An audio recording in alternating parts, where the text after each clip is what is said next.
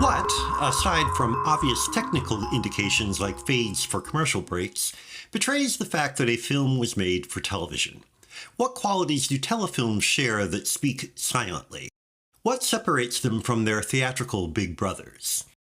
In the case of a TV film made with higher than average care, like The Legend of Lizzie Borden starring Elizabeth Montgomery, it's even tougher than usual to answer those questions. The script for Lizzie is intelligent, even slightly experimental. Montgomery's dour, often unpredictable performance is light years removed from the light comic straitjacket she wore week after week in Bewitched.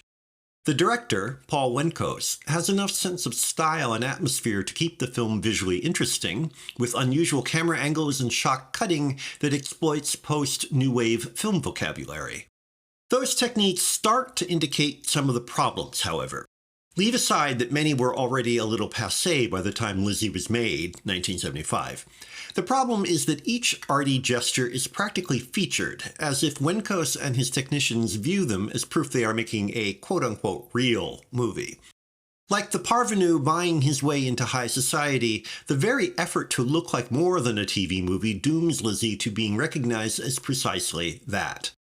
Not that the recognition prevents the results from being compelling. The execution may be a touch too showy and insecure for its own good, but Lizzie remains memorable. It says something for any movie that after 40 years I remembered so much of it. And yet, there is still a nagging sense of impoverishment to it, well beyond simple questions of budget, as each point is made with thudding blatancy. Shooting on generic, unconvincing sets doesn't help. 1890s Massachusetts looks an awful lot like 1970s backlot. But plenty of films have proven that a big budget is not needed to produce a convincing period environment if the filmmakers have enough imagination, inspiration, and drive to excel. Besides, insensitivity to the texture of time and place is endemic to Hollywood and not enough in itself to explain the film's sense of underdevelopment. An ambition to make the best possible film, regardless of circumstances, is what's lacking in most TV movies. They provide enough to be plausible, but are burdened with the curse of thinness. There are no fine shades or brash dissonances, for that matter, just enough to glance surfaces and momentarily convince. The decor and costumes are not grossly inaccurate.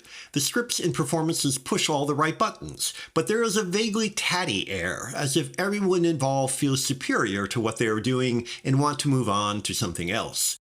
That very attitude gives the lie to itself. Superiority is proven by going one step further than required.